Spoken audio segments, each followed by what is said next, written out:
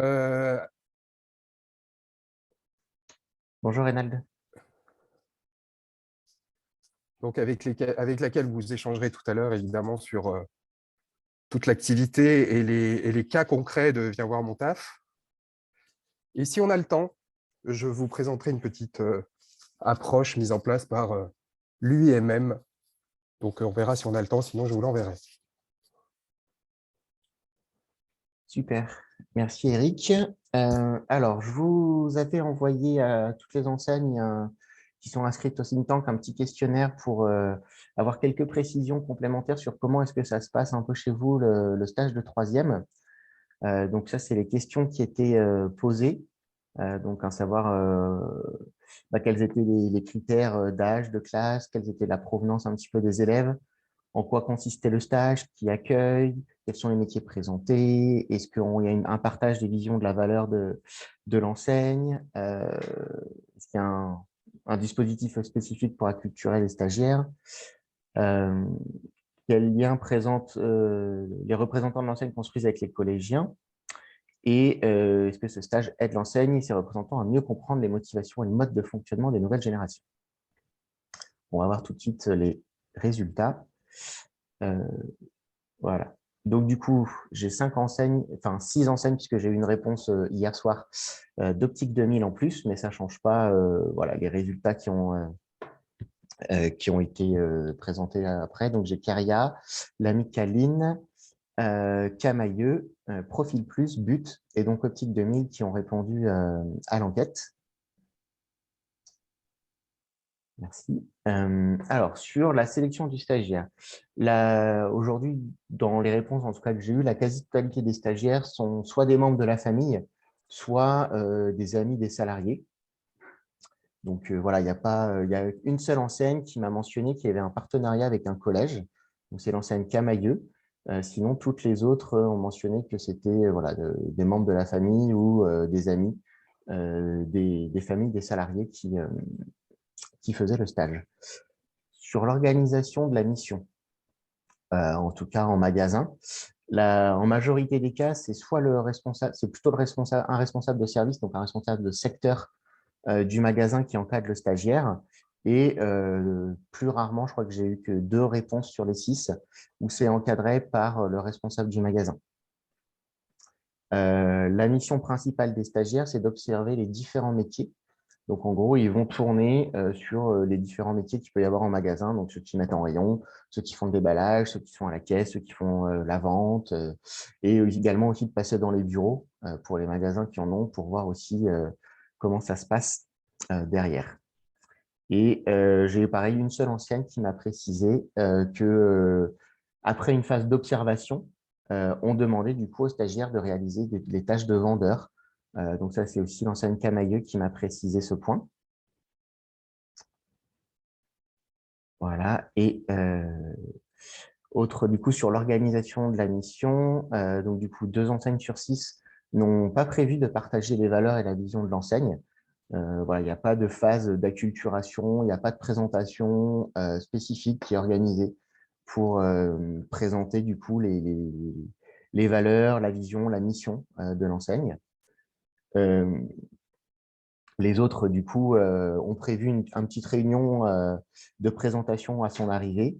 Et sinon, il n'y a que l'enseigne aussi Optique 2000 qui m'a précisé qu'il y avait une présentation spécifique sur la politique RSE de l'enseigne.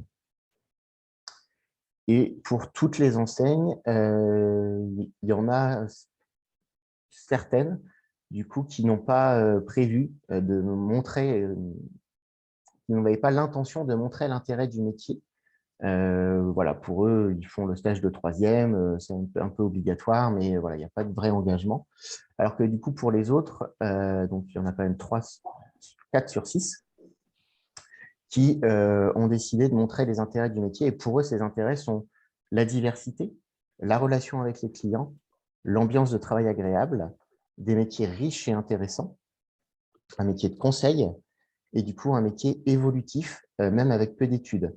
Donc l'idée, c'était vraiment de montrer aussi du coup aux stagiaires qu'ils peuvent faire carrière dans l'enseigne et évoluer même vers des métiers à responsabilité, même avec un niveau d'études faible. Et une seule enseigne m'a mentionné qu'elle retire une meilleure compréhension des nouvelles générations. Et du coup, c'est aussi l'enseigne Camaïeu. Donc, voilà un petit peu pour les principaux enseignements. Et du coup, je voulais proposer donc à Audrey, justement, de l'enseigne Camaïeu, de vous présenter, peut-être de parler un petit peu plus de ce qu'ils font pour l'accueil des stagiaires et de comment ça se passe chez eux. Avec plaisir. Donc déjà, bonjour à tous. Merci beaucoup pour l'invitation, Benjamin. Mutuellement, c'est Violaine qui est présente, notre directrice RSE. Moi, je suis responsable recrutement et développement RH chez Camaïeu, donc je porte la stratégie et le déploiement après se fait en région par les RH opérationnels, mais en tout cas la stratégie sur les différents engagements RH qu'on a pris au niveau de l'enseigne et qu'on a co-construit avec notre DRH. Et dans ces 3 engagements pour 2022, il y a le fait d'être vraiment un acteur. Et quand on dit acteur, ça veut bien dire d'avoir un impact sur la diversité et l'inclusion. Et ça passe pour nous par l'emploi des jeunes parce que on a un taux de jeunes sans emploi en France qui est catastrophique. Et nous, en plus, on est implanté sur un territoire, mais vous le savez, sur Roubaix, où on est confronté au quotidien à des jeunes qui, en plus, au-delà de ne pas avoir de job, sont dans un milieu, on va dire, social, qui ne favorise pas non plus leur intégration et leur insertion professionnelle et leur découverte des métiers tout court. Donc, historiquement, ça se faisait effectivement plutôt sur les enfants des collaborateurs, un peu à l'opportunité et sans vraiment d'accompagnement et de structure. Moi, j'ai souhaité cette année que ce soit une vraie opération nationale, que si on affiche un engagement, on soit en capacité de le piloter, de le suivre et de donner des preuves. Et donc, l'engagement qu'on a pris cette année, c'est d'intégrer 520 stagiaires de 3e. Donc, ça veut dire 1 par magasin, puisqu'on a 512 magasins à minima, et un peu plus d'une dizaine sur le siège. On sera certainement à plus, finalement, parce que c'est bien. Nos équipes ont démontré un engouement sincère et réel sur le sujet. Et donc, pour pouvoir faire ça, on ne pouvait plus être que sur une logique de j'accueille le fils de machine ou le neveu de machin. Donc, on s'est dit qu'il fallait encore une fois un vrai maillage territorial. Et donc, on a demandé à chaque magasin de se rapprocher de son collège de proximité. Ça peut être pour le coup le collège de vos enfants. Enfin, ça, a priori, c'est le plus simple quand même de fonctionner par réseau. Et nous, sur le siège, on a fait un petit peu différemment. On va travailler avec 2 établissements. Le premier, pour le coup, qui n'est pas du tout sur notre territoire, qui est Marc Institution, donc à Marc-en-Barœul, parce que là encore, c'est de l'opportunité. La personne nous a contacté, la personne de l'APE, en nous disant il me manque 200 offres de stage pour mes 3e, mes premières et mes secondes. Et moi, plutôt que de travailler avec 15 établissements sur le territoire, je préfère en avoir 2 sérieux. Donc, si je travaille avec Marc Institution, qui me permet d'adresser, on va dire, des profils d'enfants de CSP++, et c'est super, qui vont venir découvrir des métiers du digital, du marketing, de la logistique aussi sur le siège, de l'informatique. Mon souhait, c'est de balancer ça avec un travail avec un collège plutôt en QPV ici sur Roubaix.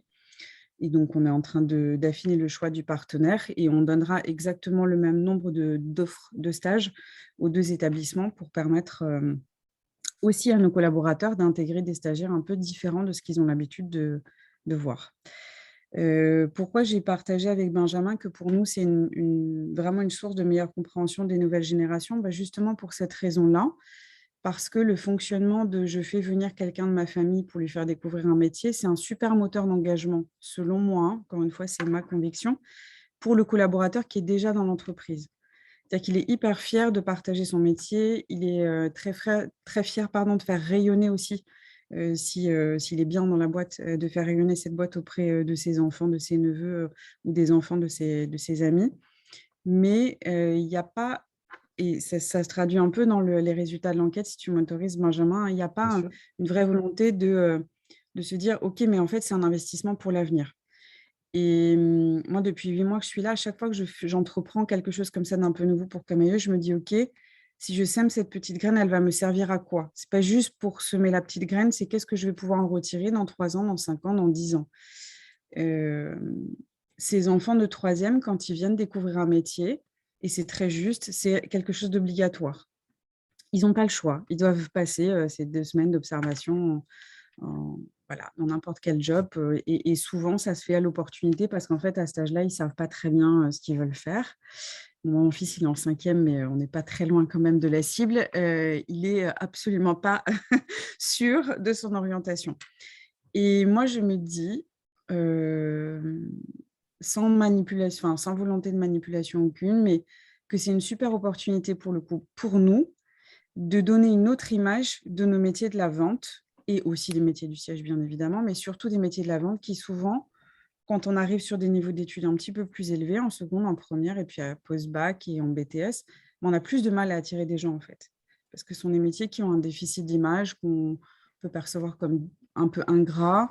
Et donc, le fait de leur donner le goût de ces métiers-là dès la 3e, finalement, là où ils n'ont pas encore un choix pro très, très affirmé, j'espère que ça peut susciter des vocations. Et c'est pour ça que pour nous, un stage de 3e, ce n'est pas juste un stage d'observation. Ils ont une vraie journée d'intégration comme nos alternants, comme nos CDD, comme nos CDI, où on leur présente l'entreprise, on leur présente les valeurs de Camaïeu, on leur présente effectivement, entre autres, la politique engagement RSE.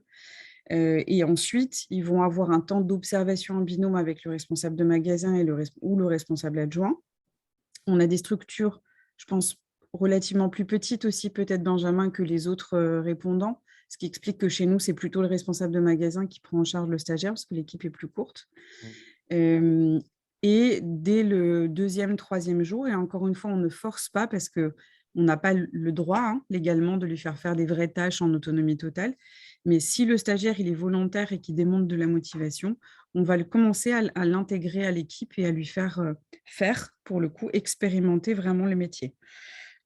La seule chose qu'il ne fera pas, parce que juridiquement, c'est un peu touchy, c'est la caisse.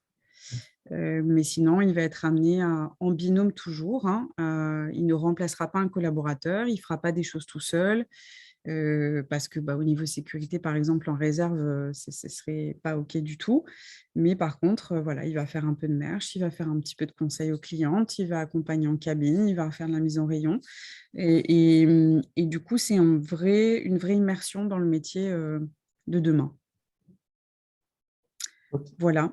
Donc, meilleure compréhension des nouvelles générations par rapport à ça, par rapport à leurs attentes. Qu'est-ce que nous, peut-être, on doit changer aussi dans la façon dont on appréhende nos métiers. On a prévu là sur l'opération de cette année de mettre en place, comme on le fait déjà avec nos collaborateurs sur des périodes plus longues, un rapport d'étonnement pour ces stagiaires-là, pour qu'ils nous fassent part de leurs pistes d'amélioration. Je me dis, tiens, qu'est-ce qui m'a surpris, moi, entre guillemets, jeune de 3e pendant ces 15 jours qu'est-ce que je ne m'attendais pas à trouver dans ce stage, qu'est-ce qui m'a particulièrement plu, qu'est-ce que j'aurais aimé faire différemment. Et tout ça, ça va nous permettre de nous enrichir et de mieux comprendre comment adresser cette cible après sur du recrutement plus pérenne. Et surtout plus tard, parce qu'on ne les recrute pas encore en 3e. C'est un peu jeune. Okay. Ça va, ça te va, Benjamin, comme C'est parfait, c'est parfait. Super. Merci beaucoup. Du coup, je ne sais pas s'il y en a qui ont des questions peut-être à poser à Audrey. C'est le moment aussi, allez-y. Moi, j'ai une question. Comment est-ce que vous approchez les collèges QPV? Comment est-ce que vous nouez la relation avec eux? Ouais, en toute transparence, Virginie, moi, je suis coprésidente, vice-présidente de la Cravate Solidaire sur l'île Métropole. Donc, le réseau insertion et le réseau QPV, je l'ai déjà par le biais de cet engagement associatif. Donc, c'est pas anodin, si tu veux, ce choix aussi d'engagement auprès des jeunes. C'est que très égoïstement, ça me permet de concilier un engagement qui m'est propre à l'extérieur de l'entreprise avec un engagement qui est celui de Camaïeu. Donc, c'est canon. Moi, j'ai juste apporté un truc que de toute façon, j'aurais porté dans n'importe quelle boîte. Voilà, donc le collège de QPV, oui, j'ai déjà des contacts par le biais, effectivement, de la Cravate, puisqu'on accompagne aussi des jeunes de 3e sur la recherche de stage en atelier. Et je ne l'ai pas dit, mais alors je ne connaissais pas Viens voir mon taf en toute transparence, donc j'attends beaucoup ta présentation. Nous, on fonctionne avec la plateforme gouvernementale de Un jeune, une solution, qui nous a ensuite rebasculé sur mon stage de 3e. Donc, bon, ça a ses défauts et ses qualités, mais en tout cas, ça a le mérite d'exister. Et puis, on va donc diffuser les annonces sur cette plateforme-là. Ça répond à ta question. Oui, ouais, parfaitement. En fait, la Cravate Solidaire, c'est une association qui est dans les mêmes locaux que Viens voir mon taf à Paris. On est, Oui, je on est sais. vraiment à l'étage au-dessus.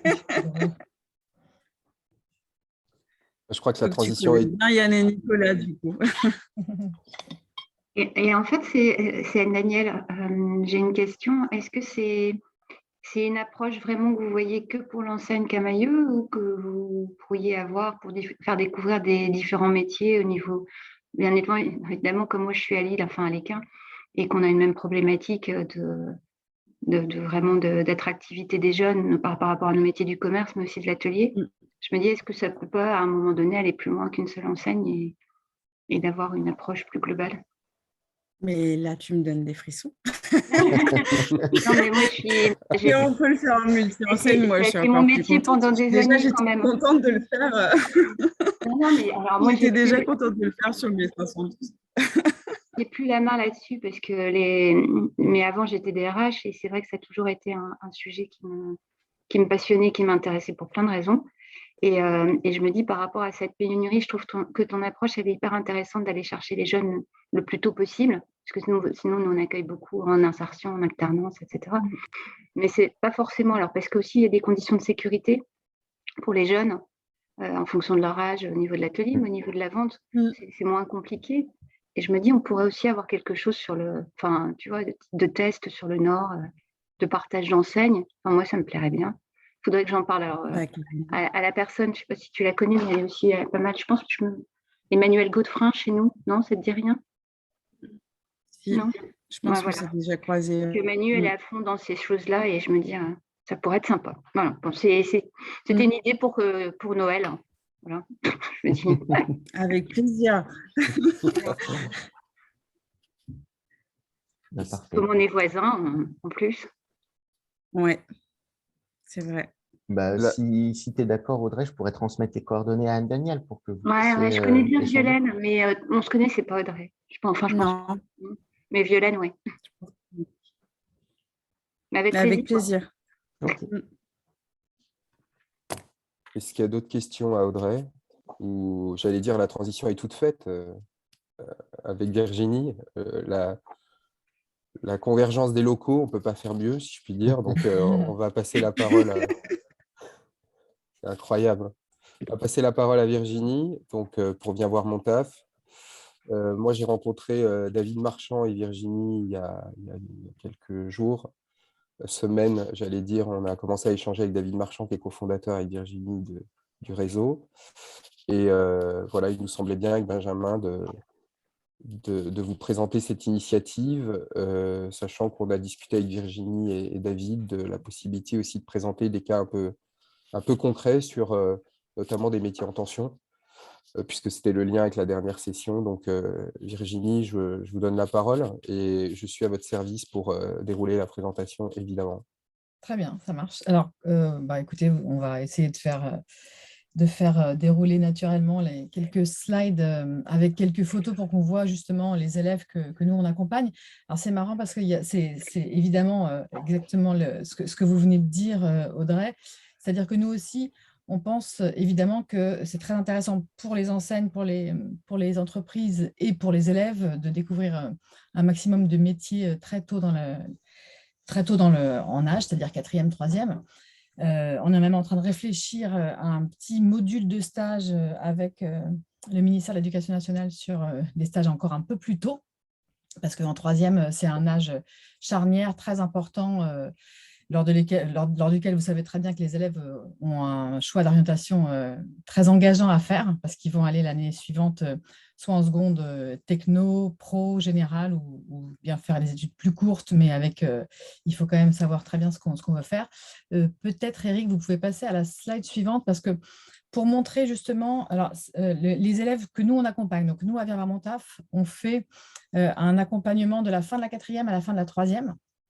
des élèves exclusivement des collèges justement REP et REP+. Donc, la carte de France des collèges de l'éducation prioritaire définie par le ministère de l'Éducation nationale, donc les élèves les plus défavorisés. Donc, ce qui veut dire que si vous prenez par exemple une classe de collège REP, et que ce qu'on a déjà fait d'ailleurs de manière très concrète, on leur demande parmi vous, ceux qui ont des parents ouvriers ou inactifs, levez la main. Et donc, 2/3 des élèves lèvent la main dans la classe. En collège REP+, c'est 3/4 qui lèvent la main. Donc ça veut dire que leurs parents ont un réseau professionnel, un réseau très, très limité. Et ces élèves-là, il faut les aider, leur donner un petit coup de pouce pour qu'ils trouvent un stage de 3e intéressant, comme les autres, à la hauteur de leurs ambitions. J'ai écrit en dessous le chiffre hors collège REP et REP+, c'est à peu près 38% des élèves qui ont des parents ouvriers inactifs, donc il y a une énorme différence, évidemment. Peut-être que vous pouvez... Alors, vous passez à la slide suivante, s'il vous plaît, Eric. Donc, pour nous, les enjeux, c'est donc l'orientation, comme je viens de vous le dire. Et puis, comme vous le savez, il n'y a pas beaucoup de moments dans la scolarité où les élèves peuvent rencontrer le monde du travail. Et effectivement, il y a un enjeu très fort pour nous de pré-recrutement, de préorientation. Parce que s'il y a des élèves, si vous leur dites en seconde ou en première ou après, ah bah tel métier c'est chouette, et si vous leur faites tester tel métier, c'est trop tard. Dans l'orientation, c'est trop tard. C'est vraiment la 3e, c'est le moment où ils peuvent encore faire des choix qui vont qui vont les spécialiser et pas leur faire prendre une voie qu'ils devront ensuite reprendre, et évidemment, c'est très difficile. Donc, il y a un enjeu de découvrir un métier ou un secteur d'activité. Il y a aussi un enjeu pour eux de découvrir la mobilité pour se rendre sur le lieu du stage. Ça, c'est très important. Enfin, nous, on fait un accompagnement de la fin de la 4e à la fin de la 3e avec pour pivot le stage de 3e. On a une plateforme qui existe maintenant depuis 6 ans, qui est très technique, de mise en relation entre les professionnels et les élèves. Donc, c'est une plateforme que vous pouvez utiliser, que je vais vous montrer ensuite, qui est très simple d'utilisation. Il suffit de poster une offre de stage en quelques minutes, de mettre votre logo, et les élèves se connectent. Donc, les élèves qui, d'abord, renseignent le nom de leur collège, donc ce sont que des élèves de REP et REP+, qui scannent leur carnet de correspondance même, et donc qui vont dérouler toutes les offres de stage. Et nous, on les aide en atelier, en collège, à faire émerger leur souhait d'orientation. Donc, on les accompagne pour leur dire qu'est-ce que tu veux vraiment faire, en quoi tu es vraiment bon, qu'est-ce qui t'intéresse, même si, évidemment, ils sont très jeunes, donc l'orientation à 100%, ça n'existe pas, mais en tout cas, ils vont vers quelque chose qui les intéresse, qui les inspire, et puis ils vont profiter de ce stage pour se dire, est-ce que c'est vraiment ça que je veux faire, est-ce que ça m'intéresse, et toucher du doigt avec une approche. Enfin, l'idée, c'est qu'ils n'y aillent pas à l'aveugle, c'est que vraiment, ils aient travaillé le projet et qu'ils testent quelque chose pour de vrai. Et puis, donc, on leur dit aussi que c'est le tout début pour eux d'un réseau professionnel, ce qui est très important pour les élèves, en particulier de REP et REP+, qui n'en ont pas. Donc, on leur dit, si par exemple, dans le métier, si ce métier vous intéresse, si vous commencez à avoir une bonne relation avec votre tuteur, votre tutrice ou quelqu'un dans le bureau ou dans le magasin, n'hésitez pas à prendre des contacts pour ensuite, on a des élèves qui recontactent ensuite les tuteurs, tutrices. Enfin, il y a une sorte de mentorat un peu naturel qui se fait. Moi, j'ai un élève, par exemple, d'il y a 6 ans, qui me recontacte très régulièrement depuis 6 ans et qui me demande des stages. Alors, il est maintenant en post-bac, donc il me demande des stages en post-bac. C'est le 2e stage post-bac qu'il me demande. Parfois, relire un CV, une lettre de motif. Enfin, c'est très chouette pour lui comme pour moi. C'est une relation qui dure, donc c'est très sympa. Et puis, très important, ce que vous disiez tout à l'heure aussi, Audrey, la découverte d'un autre milieu social et géographique pour eux comme pour vous. Parce que nous, on a des élèves qui habitent en Île-de-France, par exemple, où on est aussi en région Auvergne-Rhône-Alpes. On fait aussi des actions dans le Nord qui ne sont jamais allés. Alors, pour le Nord, à Lille, par exemple, alors qu'ils habitent à 3 villes enfin, ils habitent à, je sais pas, 20 km, ils n'y sont jamais allés. À Paris, c'est la même chose, alors qu'ils habitent à côté de Montreuil. Ils ne sont jamais allés. On leur demande, on avait fait des sondages vraiment très, très surprenants en classe. Il y a peut-être 5 élèves dans la classe qui sont déjà allés à Paris parce qu'ils sont allés avec leur oncle au stade. Voilà, c'est tout. Alors qu'ils habitent, enfin, nous, on peut aller les voir au collège en métro, en fait. En métro avec un petit bus derrière, mais vraiment, c'est très près. Donc ça, c'est très étonnant aussi. Et c'est très, ça leur ouvre des perspectives. L'idée, c'est vraiment que ces élèves-là se disent, pour moi, c'est possible, qu'ils ne se cantonnent pas au seul métier de leur entourage proche, ce qui est très souvent le cas, en fait. Quand on va les voir au tout début dans le collège, ils disent, alors moi, je connais pharmacien, restaurateur, boulanger, ils connaissent que les métiers qui sont autour d'eux ou dans leur famille proche. Et c'est encore plus vrai, je crois, dans les collèges dans le Nord, quand on va autour de Lens. Là, les élèves s'identifient très fort aux métiers dont ils savent qui embauchent près de chez eux, ou leur oncle, leur papa, leur maman, que leur famille proche pratique. Ça, c'est vraiment frappant. Donc, l'idée pour nous, c'est vraiment ça, c'est vraiment de les ouvrir à autre chose et puis tenir compte aussi de leur niveau scolaire, de leurs ambitions. Et il y en a qui ont plein d'idées, plein de rêves. Et puis, au moment de la troisième, au moment du stage, hop, tout ça s'éteint parce que finalement, ils se disent, bah, c'est pas possible, c'est trop compliqué, personne ne m'aide et au revoir. Donc, voilà. Peut-être, Eric, vous pouvez passer à la slide suivante, s'il vous plaît. Merci. Je voulais vous donner donc l'exemple de Lina, qui est une jeune femme que vous voyez là à l'image. Alors, Lina, en fait, elle avait une fibre plutôt artistique, créative. Elle nous a clairement dit, quand on lui a proposé un stage, donc là, c'est un stage dans l'industrie, c'est avec l'UIMM. Elle nous a dit, alors, quelque chose qui nous a un peu choqué sur le coup, mais après, on a compris le cheminement. Elle nous a dit, pour moi, ah non, un stage dans l'industrie, non. L'industrie, c'est macho et sale. Donc, on lui dit, OK, l'industrie, c'est macho et sale. Bah non, en fait, tu vas voir, on peut peut-être te proposer, puisque tu as une fibre créative, un secteur dans cette entreprise qui s'appelle LEC, qui est spécialiste des lampes à LED. Et donc, elle est allée en stage là-bas. Elle a fabriqué son propre luminaire. Elle a mis en lien ses compétences scientifiques, techniques et créatives. Et puis, finalement, elle a changé totalement de regard sur l'industrie, sur ces métiers-là. Ça, c'était l'an passé, ce stage. Cette année, elle a repris contact avec son tuteur de stage. Elle a aidé son petit frère à décrocher un stage parce qu'elle lui a dit, l'industrie, c'est vachement bien. Tu devrais aller voir, ça pourrait te plaire. Et puis, pour elle-même, elle se dit, en fait, c'est pas… Alors, elle ne sait pas encore ce qu'elle veut faire, mais elle se dit, c'est plus un milieu que je me ferme. Elle ne pensait vraiment pas du tout à ça. Elle était dans le design, la mode, la création. Et finalement, créer des lampes, ça lui a beaucoup plu et elle a totalement changé de regard. Et quand on lui a redit, tu sais, ce que tu avais dit à l'époque, tu avais dit l'industrie, c'est macho et sale. Elle dit, waouh. Effectivement, quand j'ai rencontré les gens en vrai dans l'entreprise, ce n'était pas exactement ça. On a rencontré aussi récemment le comité Colbert, que vous connaissez peut-être. C'est un comité qui rassemble des patrons et des dirigeants d'entreprises du luxe, donc à qui on a présenté aussi nos actions et qui nous ont dit de la même manière qu'eux, ils ont aussi un enjeu à travers ces stages de troisième de pré-recrutement très fort parce que, par exemple, polisseurs d'or, ils n'arrivent pas à intéresser les jeunes, à leur faire tout simplement savoir que ce métier-là existe. La taille de pierre, c'est la même chose. Les élèves de troisième aujourd'hui sont très loin, très éloignés de ces métiers.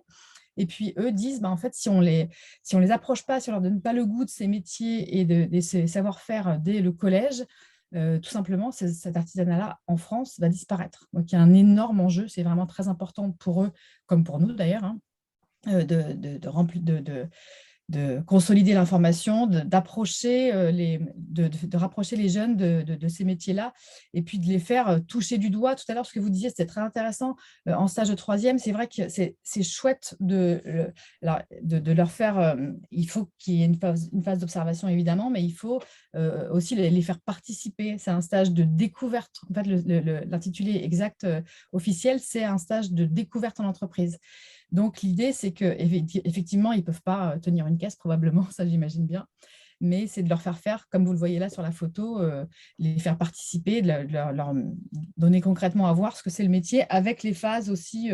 Nous, on est vraiment tout à fait pour l'accueil, voir le métier du début à la fin, c'est-à-dire les phases… les facettes un peu moins drôles du métier aussi. Il y a des moments où on dit, alors voilà, les avantages du métier, c'est ça. Et puis les inconvénients, c'est ça. Il y a des horaires décalés parfois. Il y a des, l'idée, c'est qu'ils aient un tuteur ou une tutrice référente et pour qu'ils aient une vision très au plus près du métier et de ce que fait le tuteur et la tutrice en réalité. Est-ce que Virginie, vous pouvez rappeler les différents secteurs pour lesquels Viens voir mon taf intervient, puisqu'on est en train de parler des secteurs de métier, peut-être faire une parenthèse là-dessus? Oui, alors vous avez raison. Donc, nous, on essaie d'offrir une palette la plus large possible. Alors, au départ, on est deux cofondatrices, deux journalistes. Donc, on a commencé à se demander, nous, ce qu'on pouvait faire pour, pour faire notre part, tout simplement. Donc, on a partagé notre propre carnet d'adresses. Et donc, au début, c'était évidemment des journalistes, des médias, et puis tous les gens qu'on interroge, qu'on interviewe au quotidien. Donc, on a un carnet d'adresses qui se remplit forcément au fil des jours et des reportages. Et donc, c'était notre premier, deuxième cercle, troisième cercle. Et puis, désormais, on essaie d'ouvrir notre palette de métiers de façon la plus large possible. Et aujourd'hui, on a des entreprises de tout secteur qui vont de la banque, BNP, Crédit Agricole, Société Générale, au cabinet d'avocats, par exemple. On a Havas pour la communication. On n'a pas que des grosses entreprises, on a aussi des entreprises plus petites, des PME ou même des indépendants. On a des agriculteurs urbains, par exemple. On a la SNCF, on a Suez, encore dans les grosses, mais on a des petits studios de dessin animé, par exemple. On a des entreprises de recyclage de mobilier de bureau. On a un artisan, par exemple, c'est une femme artisan qui fait de la marqueterie de paille pour les métiers les moins évidents. Donc, on essaie vraiment d'avoir une palette la plus large possible pour que les élèves qui voient défiler les élèves sur les annonces, les offres sur la plateforme vienvoirmontaf.fr puissent vraiment avoir un choix le plus large possible et se poser la question de qu'est-ce que là-dedans, qu'est-ce qui m'intéresse vraiment. Peut-être qu'on peut passer à la slide suivante, Eric. Je vous explique juste en quelques mots nos missions. Donc, nous, on accompagne, je vous l'ai dit, d'une part les élèves. Donc, on leur fait des ateliers de formation en collège dès la fin de la 4e jusqu'à la fin de la 3e, dans lesquels on leur parle des codes du monde du travail, parce que ce sont des élèves qui sont dans des collèges Rêve Plus, qui sont parfois très éloignés du monde du travail. On ne leur parle pas forcément beaucoup du monde du travail à la maison. Ils ont une image souvent, on trouve, assez négative du monde du travail, parce que pour eux, c'est un peu le patron méchant qui contraint. C'est un peu souvent ça. Et c'est les retours. On fait des questionnaires avant, après, on fait une étude d'impact à travers des questionnaires et des sondages aux élèves. Et souvent, ce qu'ils nous disent, ou même dans les petits verbatims, parce qu'ils nous écrivent beaucoup pendant et après les stages, ce qu'ils ont pensé, ce qu'ils ont vécu, etc. Il y a des élèves qui nous disent « Ah, mais en fait, c'est marrant parce qu'ils rigolent, ils prennent des cafés et ils ne travaillent pas beaucoup. » Donc, ils découvrent complètement des facettes du travail qu'ils ne soupçonnaient pas du tout. Quand ils vont dans une entreprise, ils comprennent au bout de quelques jours qu'en fait, parler avec un café dans la main, c'est aussi travailler. Il y a plein de choses comme ça qui changent pour eux. Donc, nous, on les accompagne, on leur fait aussi faire des CV et lettres de motivation dans les ateliers en collège pour… c'est pas facile de faire un CV et une lettre de motivation en 3e, donc on essaie de leur faire sortir toute la richesse, la richesse des expériences qu'ils ont vécues. Par exemple, dans les classes, on leur dit, alors dans cette classe-là, combien de langues parlez-vous ? Et parfois, on arrive à une vingtaine. Et on leur dit, vous croyez que dans tous les collèges de France, on parle 20 langues ? Ben non, c'est une richesse, il faut écrire, chacun écrit le nombre de langues qu'il parle, en dehors des langues, en plus des langues apprises au collège. Donc ça, c'est le côté élève. Ils ont 4 ateliers entre la fin de la 4e et la fin de la 3e avec les équipes de Viens voir mon taf et des professionnels qu'on fait intervenir en collège pour qu'ils voient un maximum de professionnels entre le stage et le collège, qu'ils aient un maximum d'expérience et d'échanges avec des professionnels qui vont aussi parfois leur faire des petits ateliers pratiques en collège avec 1 heure, par exemple. Moi, j'ai assisté à un atelier récemment d'une avocate qui leur a fait carrément un mini procès d'assises dans une classe pour leur montrer, voilà, mon métier, c'est ça. Donc, on va faire à nous, 10 ou 15, un mini procès. Il y a des gens qui viennent avec du matériel professionnel, d'artisanat, ou les journalistes avec un micro et un enregistreur pour faire soit un petit flash info, soit un reportage. Voilà. L'idée, c'est vraiment que en ce moment particulièrement, en ce moment de crise sanitaire, on vienne les voir en vrai dans les collèges, on ne leur fasse pas le moins de visio, enfin pas de visio en fait dans l'idéal, puisqu'ils n'ont vraiment pas besoin de ça, c'est vraiment un moment très très très difficile pour les ados. Donc, on essaie de leur donner un maximum d'acteurs en présence. On a une plateforme, comme je vous l'ai dit, pour mettre en relation les élèves et les partenaires. Et puis, du côté des entreprises, nous, on accompagne les entreprises dans l'accueil de stagiaires. On a tout un tout un volet de ressources pour aider les gens qui naturellement se posent des questions sur qu'est-ce que je peux lui faire faire, quel est le cadre légal, comment je récupère la convention de stage, quel document est-ce que j'ai le droit de demander à mes stagiaires, enfin, toutes ces questions qui finalement sont très chronophages. Voilà, nous, on y réfléchit depuis 7 ans maintenant et donc on a mis en place tout un panel de ressources. On peut accompagner individuellement chaque entreprise, ce qu'on fait avec beaucoup d'entreprises de notre catalogue, entre guillemets, déjà. Et pour ça, si par exemple, une entreprise a une volonté de mettre en place un accueil un peu plus large que 4 ou 5 stagiaires, nous, on propose aussi sur notre plateforme un guide, un accès RH. Donc, vous pouvez monitorer toutes les offres dans votre entreprise sur différents sites pour voir qui accueille qui, quand et combien. Et donc, ça, c'est très facile d'accès. La plateforme, elle est évolutive. On a des développeurs qui y travaillent On la chaque montre, jour, du coup. en permanence. Voilà, exactement. Merci, Eric.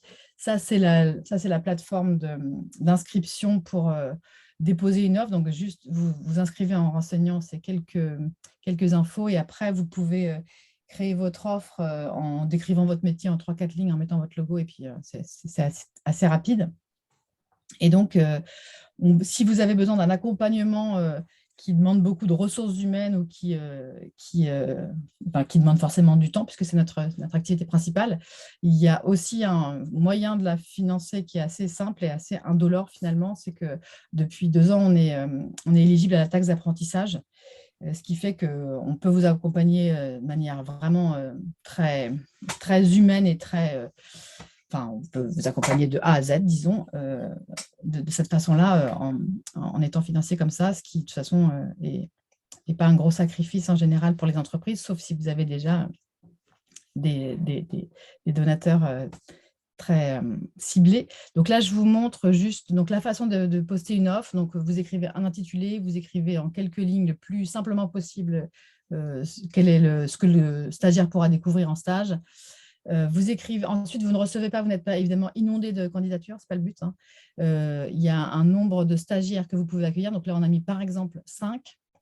Et ensuite, au-dessus, le nombre maximum de candidatures souhaitées. Donc, si vous accueillez 5 stagiaires, vous pouvez recevoir jusqu'à 10 candidatures. Et donc, sur la plateforme, vous cliquez sur accepter, refuser. Vous pouvez écrire un petit mot, si vous le souhaitez, aux stagiaires pour expliquer le refus.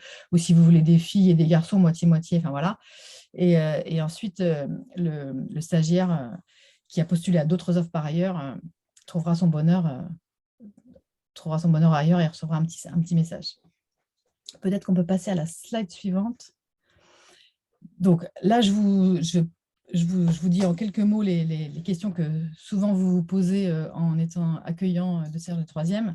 Qu'est-ce que je fais faire à mon stagiaire? Donc, vous l'avez déjà un peu évoqué tout à l'heure, Audrey, vous faites faire beaucoup de choses et c'est très chouette aux stagiaires, vous les mettez vraiment en situation. Il y a souvent une phase effectivement d'acculturation à la marque parce que c'est aussi l'occasion pour vous, pour les professionnels de mettre en valeur votre marque, votre enseigne, donc réaliser l'organigramme d'un service les premiers jours pour que l'élève aussi comprenne où est-ce qu'il met les pieds, où est-ce qu'il est. Souvent, ils ont des interviews à faire pour leur rapport de stage, donc des interviews papier, écrites ou en photo, en vidéo, ça dépend, ou un photoreportage. Vous pouvez aussi leur proposer de faire une publication pour le réseau social de votre entreprise, préparer une revue de presse. Voilà, il y a plein de choses à faire. Et comme nous, on insiste aussi beaucoup sur ces élèves, spécialement sans réseau, sur le début de leur réseau professionnel, on leur propose aussi, à l'occasion du stage, de créer leur propre compte LinkedIn, puisqu'ils ont l'âge légal. Et donc, ils peuvent commencer à faire leur réseau qui leur servira ensuite. Voilà. Peut-être qu'on peut passer à la slide suivante. Donc, l'impact, ça c'est très important évidemment, de l'engagement, de l'accueil de stage de 3e. 79% des élèves qui sont passés par Viens voir mon taf revoient leur ambition scolaire à la hausse. Ça, c'est ce qui ressort de notre enquête post-stage. Et pour nous, c'est très encourageant parce que ça veut dire que ce stage, il est loin d'être anecdotique à ce moment-là du cursus scolaire et avec un accompagnement adapté. 91% des professionnels qui ont accueilli un stagiaire renouvellent l'expérience l'année suivante. Ça veut dire aussi que c'est assez chouette de découvrir pour le coup de nouvelles générations. Là, on a fait un reportage il y a quelques jours chez Air Liquide Et on avait une petite séquence assez chouette où la tutrice de stage se renseignait un peu sur les réseaux sociaux, sur TikTok, et elle disait à sa stagiaire, bon, ça va, est-ce que je ne suis pas à la ramasse là sur TikTok? Et la stagiaire lui disait, non, non, franchement, tu suis les bons comptes, tout va bien, tu as les bons réflexes et tu sais bien comment poster les trucs. Alors, elle lui parlait aussi d'Instagram. Enfin, c'est assez drôle je trouve, il me semble, moi, pour l'avoir vécu, donc je travaillais à la radio à Europe 1 et j'ai reçu beaucoup de stagiaires pendant les premières années à Europe 1. Je travaille maintenant pour Viens à mon taf exclusivement depuis 2 mois. Mais vraiment, je me dis que c'est des jeunes que j'aurais jamais rencontrés. Et je trouve que c'est une ouverture pour soi et pour les collègues qui est vraiment très chouette. Enfin, il y a des gens qui se demandent qui sont ces élèves de collège REP et REP+, avant de les recevoir. Et ensuite, ça leur ouvre des perspectives. Enfin, c'est vraiment un vent de fraîcheur dans les rangées de bureaux, je trouve. Et donc, il y a aussi quelque chose d'assez important, c'est que 75% des professionnels nous disent qu'ils estiment avoir développé leurs soft skills pendant la semaine d'accueil de leur stagiaire de 3e. Donc, ça va un peu dans ce sens-là aussi. Et l'idée, c'est que voilà, nous, on dit souvent, en 5 jours, vous pouvez faire basculer le parcours scolaire et professionnel d'un élève défavorisé. Ça se voit dans ce qu'ils nous disent post-stage et dans ce que les professeurs aussi nous racontent. Ils sont souvent très étonnés de leur parcours après l'accompagnement et après le stage. Donc, ce n'est pas un stage cosmétique, ce n'est pas un stage d'observation obligatoire et nul pour eux. C'est vraiment, en particulier pour ces élèves de l'éducation prioritaire, un moment très important, presque déterminant de leur cursus scolaire. Donc, c'est très important, c'est très chouette, comme vous le disiez tout à l'heure, Audrey, même de mixer, par exemple, un petit groupe d'élèves de fils de collaborateurs et par exemple 1 ou 2 élèves de REP pour REP+. Ça, c'est très important. Nous, notre particularité à Miramontaf, ce que je ne vous ai pas encore dit, c'est qu'on insiste beaucoup on ne fait pas de stage en groupe. L'idée, ce n'est pas pour nous qu'une classe entière visite une entreprise. Ce n'est pas ça le stage de 3e pour nous. C'est vraiment que l'élève ait son tuteur, sa tutrice, et qu'il y ait une sorte de relation unique qui se développe. Et alors, le plus simple parfois, même pour démarrer, c'est de prendre un binôme de stagiaires, parce qu'ils peuvent parfois s'occuper dans les temps morts s'il y en a, et puis se faire remarquer des choses l'un l'autre, et puis nouer une relation aussi. Ou alors un fils de collaborateur et une fille de REP+, ou de REP+. Ça, c'est aussi des petits attelages qu'on trouve intéressants. Voilà, je vous remercie beaucoup de m'avoir écouté. Peut-être avez-vous des questions?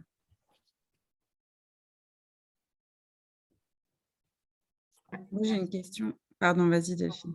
Merci beaucoup pour cette présentation. Alors, moi, je suis chez Carglass et on n'est pas bon sur les stages de 3e. Désolée, Benjamin, je suis passée à côté de l'enquête et clairement, on aurait été en mode piste de collaborateur.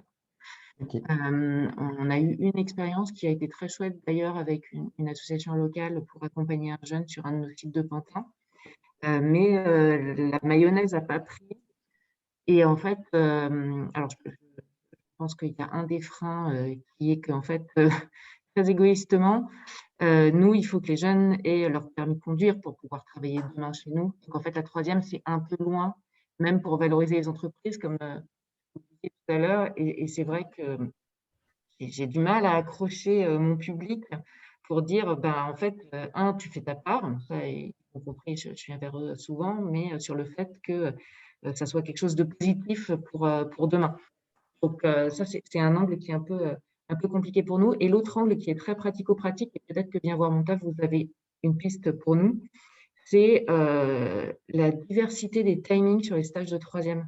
Ouais. En fait, moi, j'aimerais bien les mobiliser, j'aimerais bien les enclencher. Et en fait, ce n'est que du cas par cas.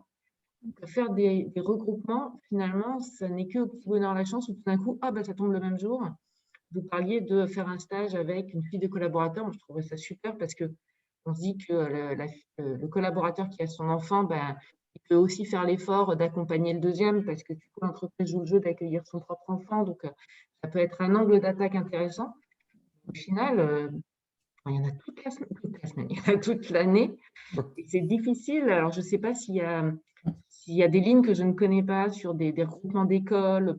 Pourquoi est-ce que c'est toute l'année? Pourquoi est-ce que c'est jamais au même moment? Est-ce qu'il y a des choses que je ne connais pas et au final des semaines plus précises que d'autres? Alors oui, pour répondre à votre votre... plus mobilisé, quoi. Ouais, pour répondre à votre question, donc effectivement, chaque collège définit sa semaine de stage. Donc, c'est très disparate. Et la semaine la plus demandée, c'est la semaine dans laquelle on est là en ce moment, la semaine avant Noël. Et la deuxième semaine la plus demandée, c'est celle du 14 février. Alors, si vous vous inscrivez sur notre plateforme, par exemple, si vous voulez que ça matche avec les élèves que vous allez recevoir, vous pouvez tout à fait définir une semaine de stage. Et donc, les élèves qui postuleront, qui répondront à votre offre ne seront que des élèves qui ont leur stage cette semaine-là. Donc, ça, c'est assez facile pour le coup sur la plateforme. Vous pouvez définir votre timing. Et si vous savez que vous avez un élève de collaborateur, un fils de collaborateur ou fille de collaborateur qui a une semaine, je ne sais pas, le 14 février, vous trouverez des élèves de Repérer Plus la même semaine. Ah oui, oui, parce que moi, j'allais dire, en fait, moi, j'ai pas de semaine en tant que telle. Mais c'est vrai que on pourrait se baser pour le coup sur les semaines. Ça pourrait être un angle d'attaque, en fait, de Oui. dire, chers parents, vous vous interrogez pour intégrer votre enfant stage de troisième chez Carglass, avec plaisir et on joue le jeu. Mm. Mais au passage, si vous pouviez nous donner les semaines, voilà, on pourrait ouvrir ce type d'action. Voilà, c'est ça. La Ouais. bonne excuse pour trouver la semaine, parce que finalement, moi, j'ai pas de semaine et je me dis, si je fais un ramdam la semaine 22 et qu'au final, il y a des stagiaires en semaine 21 et semaine 23, c'est débile de les bloquer là-dessus. Mm, Mais ça mm. pourrait être un angle par rapport aux semaines collaborateurs. Ok. Ouais. Alors après, nous, on peut aussi vous aider. Hein, si vous nous dites, j'aimerais bien accueillir, je ne sais pas, dans 2 mois, dans 3 mois, nous, on peut aussi faire une petite opération de phoning de ce qu'on fait pour région après région, de tous les collèges autour des magasins qui vous intéressent. Et puis, on vous trouve les dates et on les fait matcher avec les nôtres. Donc, ça, c'est possible. Ok. Et d'un point de vue budgétaire, tout à l'heure, vous évoquiez le fait que potentiellement votre action pouvait être rémunérée par une éventuelle taxe d'apprentissage qui viendrait vers vous. Mm. Est-ce que vous pouvez nous dire, budgétairement parlant, comment vous construisez votre soutien aux entreprises et aux jeunes? Est-ce que c'est au nombre d'annonces? Est-ce que c'est une fee pour l'année? Comment ça fonctionne? Oui. Alors, donc pour les élèves, c'est évidemment totalement gratuit, côté élèves. Pour les professionnels, on propose un compte premium au-delà, donc un accompagnement très à la demande, sur mesure, au-delà de 10 offres de stage. Donc, quand vous avez besoin de vraiment, parce qu'il faut, en fait, ça paraît assez simple sur le papier, ça l'est, hein, mais il faut quand même un peu des bras derrière pour récupérer les conventions, pour que les élèves arrivent à bon port le bonjour, etc. Il y a quand même une petite logistique. Et puis, nous, on prépare aussi on peut vous flécher, par exemple, des élèves qui ont suivi notre parcours d'atelier. On prépare des élèves pendant 1 an avant le stage. Donc, tout ça, évidemment, c'est des ressources humaines. Et donc, nous, on a besoin de rémunérer nos collaborateurs sur ça. Et donc, effectivement, le moyen, c'est pas indolore, mais en tout cas, le moyen le plus facile peut-être, c'est la taxe d'apprentissage. Ça, c'est c'est à peu près 20% du budget de notre association. On est financé par ailleurs par du mécénat d'entreprise qui est défiscalisé à 60%. Donc, mécénat un peu comme que vous connaissez. Et puis, on a aussi une petite partie de financement du ministère de la Ville et du plan banlieue qui représente environ 15% de notre budget. Voilà. Et donc, la taxe d'apprentissage, effectivement, cette année, ça devait changer. Je crois que ça ne change finalement pas parce que l'URSSAF n'est pas prêt. C'est la période de versement de la taxe commence là entre janvier et mai. Et donc, ça, c'est une façon, quoi qu'il arrive, vous payez la taxe d'apprentissage, vous pouvez la flécher vers une association de votre choix à ce moment-là, ce qui permet de financer nos actions. Ouais. Mais Virginie, ça veut dire que donc, du coup, si demain on décide de travailler avec Viens vers mon taf, pour l'entreprise aussi, c'est gratuit, c'est ça? Pour l'entreprise, voilà, c'est gratuit jusqu'à 10 offres. Et au-delà, si on a besoin, nous, de mobiliser beaucoup de ressources humaines et de vous accompagner un peu plus que 2 coups de fil, là, on vous demande de participer. Et vous pouvez participer soit par du mécénat, soit en versant de la taxe d'apprentissage, ou les deux. Enfin, voilà, on peut évidemment faire quelque chose de sur mesure suivant l'ampleur de l'accueil et l'ampleur du soutien dont vous avez besoin aussi. J'allais dire, parce que si c'est ni la taxe d'apprentissage, ni du mécénat de compétences, pour différentes raisons, ça veut dire que concrètement, vous nous faites un devis sur mesure avec un montant à vous verser, c'est ça? Le devis… C'est pas un gros mot, l'argent, hein, Virginie. Hein. Pardon? Je dis, c'est pas un gros mot, l'argent, hein, même quand on fait des actions bien sûr. solides. Non, mais non, si vous nous versez de l'argent, ce sera de toute façon, quoi qu'il arrive, via du mécénat. parce que nous, on est une asso, donc ce sera via du mécénat qui sera défiscalisé à 60% pour vous, mais on facture, enfin, si, il y a une petite frange vraiment, on peut vous facturer, vous voulez dire, quelque chose, un accueil sur mesure. Bah, C'est ça, après, je m'autorise ce partage-là parce qu'on le fait, la Cravate est aussi une association, hein, bien évidemment, loi 1901. Nous, quand on accompagne les entreprises de la même façon que vous, on peut récupérer une partie de la taxe d'apprentissage, effectivement, vous l'avez dit. Mais on a aussi des partenariats entreprises qui sont rémunérés, enfin, qui ne sont pas du mécénat de compétences, qui sont rémunérés Non, pardon, excusez-moi. selon rétribution, quoi. C'est ça que je voulais dire. Donc, oui, mais alors, pardon, en fait, je n'ai pas dit mécénat de compétences, j'ai dit juste mécénat. Donc, c'est ça, c'est ce qu'on parle de la même chose. Du mécénat, c'est vous nous donnez de l'argent et il se trouve que ce mécénat-là, enfin, toutes ces sommes sont oui, j'avais entendu mécénat de compétences. C'est pas de compétences, pardon. Ça marche. Mécénat pur, quoi, simple. Mais ça du marche, coup, merci. Vous n'avez pas une fourchette financière qui dit que si on vous met en relation avec 5 jeunes, ou si 5 jeunes passent un stage chez vous, cela coûte, j'en sais rien, 1 200 €. Non. De toute façon, en deçà de 10 offres, vous pouvez utiliser la plateforme par vous-même et vous pouvez poster vos offres. Voilà, il n'y a pas d'idée, il n'y a pas de compte premium. Enfin, vous pouvez le faire. Par exemple, n'importe qui en France peut poster une offre sur notre site ou 2 offres et utiliser la plateforme par lui-même parce qu'elle est assez simple d'accès. Ensuite, voilà, l'idée, c'est que nous, c'est une technologie qui évidemment nous coûte cher. On a beaucoup de gens derrière qui travaillent. Donc, si vous voulez nous soutenir par ailleurs, même à moins de 10 offres, bien sûr, tout soutien est bienvenu. Ok, très clair. Est-ce que Anne-Danielle, Olivier, Reynald, vous avez une question à poser à Virginie? Olivier Touzé, non, je ferai suivre. Je ne suis pas tout à fait Olivier Touzé. Moi, je suis RSE sans les RH. Ça ne veut pas dire que je n'ai pas de RH. Je vais faire passer le message à nos RH, puis je pense qu'ils reviendront vers vous. Parce qu'on n'a pas d'organisation dédiée au stage qu'on évoque depuis le début. C'est un peu un petit bonheur à la chance. On lève le doigt et s'il y a un stagiaire ou par connaissance, on prend, mais il n'y a pas d'organisation.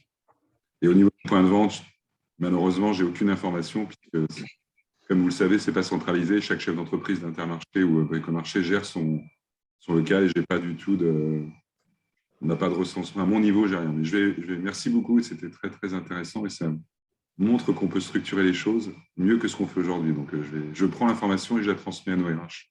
Et Olivier, on te passera tous les éléments, effectivement, documentation et autres que tu pourras transférer au réseau. Merci.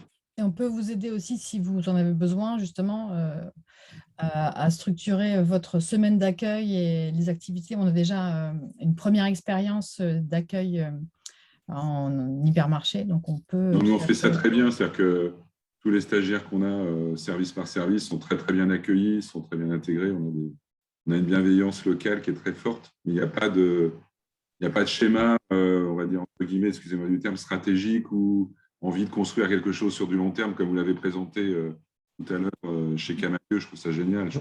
C'est un contact qui suit. En plus, on a des stagiaires qui s'investissent beaucoup, qui font des reportages photos. Il y a des jeunes là, voilà, qui sont… Et dommage, moi, je les ai perdus. Ils sont venus il y a 2-3 ans. C'était des enfants de collaborateurs. Dans la famille, et ça reste le contact reste, mais nous, on perd le contact complètement. C'est dommage.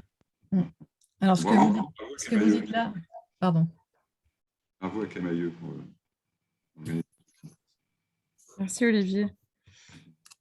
Ce que vous dites là nous intéresse aussi chez Vermontaf parce qu'on est en train de construire aussi le post-stage, la brique d'après, c'est-à-dire une communauté d'alumni et un lien, essayer de construire vraiment le lien post-stage avec les tuteurs et avec l'association pour justement continuer ce lien-là et puis aussi que les anciens stagiaires de Vermontaf qui commencent maintenant à être grands puissent à leur tour accueillir en stage ou guider les troisièmes de cette année et des années prochaines. Et par exemple, à Vermontaf, on a eu une stagiaire de troisième qui est passée par l'association la première année, en 2016, et qu'on a embauchée cette année comme alternante en communication. Et il y a une autre entreprise qui vient de faire la même chose, pas très loin de chez nous. La boucle est bouclée. Voilà, ça commence. Génial, bravo. Génial. Reynald, tu veux dire quelque chose? Déjà, j'avais une première question. Est-ce qu'il y a une possibilité d'avoir la présentation et à quel Bien endroit? sûr, bien sûr. Et dans un second temps, Elle sera sur la plateforme habituelle, là où il y a tous les comptes rendus de think tank. Je pense que Benjamin. Dès la semaine D'accord. prochaine, Rénal, tu pourras trouver ça sur le site du collectif. d'accord. Donc, j'ai trouvé ça très, très intéressant. J'aurais bien aimé, et c'est pour ça que j'avais posé la question à Sébastien, s'il pouvait y avoir certains de mes adhérents qui pouvaient participer à cet atelier. Et malheureusement, aucun ne s'est présenté. Mais c'est pour ça que je vais leur présenter parce que je trouve que c'est quelque chose de très, très intéressant. Et je sais que nous, on a un gros problème, une grosse problématique chez nous, hein, c'est la connaissance des métiers diplomatiques. Et ce n'est pas toujours des métiers très intéressants pour tout le monde, mais ça permet de voir un environnement et un lieu de travail qui peut être assez intéressant pour certains jeunes. Voilà. Donc, je pense qu'on a quelque chose à développer là-dessus, on a quelque chose à travailler. Alors, moi, j'anime une commission ressources humaines au sein de mon réseau. Je pense que je vais en discuter, je vais en parler avec vous. Et Reynald, n'oublie pas une chose, c'est que la session Zoom à laquelle on participe ce matin est systématiquement enregistrée et disponible aussi au même endroit. Et si tu veux que les gens de ton réseau la revoient ou puissent revoir et revivre ce qu'on a fait ensemble ce matin, c'est totalement possible aussi. Donc, ça t'évite D'accord. aussi de répéter des choses que les gens peuvent visionner naturellement. D'accord. En tout cas, merci. Merci à vous. Avec plaisir. Je vous laisse Du coup, mon Eric, adresse mail dans le chat si vous voulez. Ok, J'ai une super. toute dernière petite question pour toi, Virginie, si tu m'autorises. Je ne sais bien. pas si c'est une question ou une remarque d'ailleurs. Tout à l'heure, tu as dit qu'on pouvait sélectionner le nombre de garçons et de filles. Ça me pose un vrai gros problème. Alors, c'est pas exactement. Alors peut-être c'est moi qui n'ai pas bien compris. Voilà. En Mais fait, du coup, je voulais juste que tu reviennes là-dessus, s'il te oui, plaît. bien sûr, bien sûr. En fait, vous recevez des candidatures. Donc, jusqu'à 10, si par exemple, tu peux en demander beaucoup, hein, bien sûr, mais l'idée, c'est Oui. que ça ne soit pas trop chronophage. Donc, par exemple, si tu reçois 10 candidatures et que tu as déjà 3 garçons et que tu aimerais faire un peu de mixité, si tu as des filles candidates, Ok, tu peux. C'est ça que je disais là. Je me suis probablement mal je exprimée. comprends mieux. Ok. Et tu peux, Ok. si tu veux Non, faire mais un groupe un peu si tu mixte. veux rouvrir, ouais, je comprends. Ok. Voilà. Après, si tu n'as que Ça des va, c'est garçons plus clair. qui postulent, malheureusement, ce n'est pas possible. Mais... Super. Merci beaucoup pour la précision. Super. Du coup, Eric, est-ce qu'on peut choisir du coup peut-être le prochain thème et définir une date pour la prochaine réunion très rapidement? Je fais juste une petite parenthèse avant qu'on se quitte. Dans la présentation, il y aura un focus que je n'aurai pas le temps de faire, mais que vous retrouverez dans la présentation sur quelque chose qu'a mis en place l'UIMM, qui est, je vous montre juste la page de garde, qui est l'Odyssée de l'industrie, qui est une opération de gamification qui a été faite par l'UIMM pour attirer les collégiens vers les métiers en tension de la métallurgie. Donc, vous aurez tout le détail de cette opération de gamification dans la présentation. On n'a pas le temps de revenir dessus. Et si ça vous intéresse, la personne qui a mis en place cette opération au sein du pôle formation de l'UIMM Franche-Comté est disponible pour faire une prochaine session ou quelque chose, si toutefois vous en avez envie. Et en tout cas, je vous mettrai ces coordonnées dans le compte-rendu aussi. Voilà, donc je passe vite et je vais à la fin, là vous voyez très rapidement. Et la prochaine session, voilà, il faut qu'on trouve la date et on doit se reparler de citoyenneté qui était un des sujets qu'on avait abordé lors d'une précédente session et accueillir, voilà, je suis en train de prendre contact avec Amandine Oudard, la déléguée générale de la Jeune Chambre économique française, pour parler de citoyenneté et d'emploi. Donc voilà, à vos agendas, j'allais dire, parce qu'il faut qu'on trouve une date en janvier qui vous arrangerait et que je puisse proposer. Est-ce que, peut-être pas tout de suite à la rentrée, mais je sais pas, peut-être le jeudi 13 ou le jeudi 20 janvier? Oui, ça peut être une date. Delphine, Anne-Danielle? Parfait. Enfin, parfait pour les deux. D'accord. De toute façon, à 8 heures, c'est souvent open. Hein. C'est stratégie. Hein. Ouais, C'est vrai. c'est pas faux. Un peu tendu pour arriver à l'heure, mais On s'en sort toujours. Daniel, je suis dans des conditions pas terribles pour vous parler. Je suis dans la voiture, donc c'est pas terrible. Moi, le 13 ou le 20, ça devrait être. Ok. Et un grand merci pour la présentation. Tu m'as posé la question, donc moi, c'est pas dans mon périmètre, les RH, c'est plus dans mon périmètre, mais je vais transmettre tous les éléments. Parfait. Bon, Benjamin, tu mettras la date en perspective. Il nous reste à vous remercier d'avoir été là. Remercier Virginie de son temps. Merci à vous. Et Merci à tous. Et merci et passez une belle journée. Et je terminerai là-dessus. Belle fête de fin d'année. Également. Prenez du bon temps avec vos proches et prenez surtout soin de vous. Ok. Et à l'année prochaine pour les vœux. Ça marche. Bonne journée, merci. Bonne À journée à tous. bientôt. Au revoir. Au revoir. Belle journée.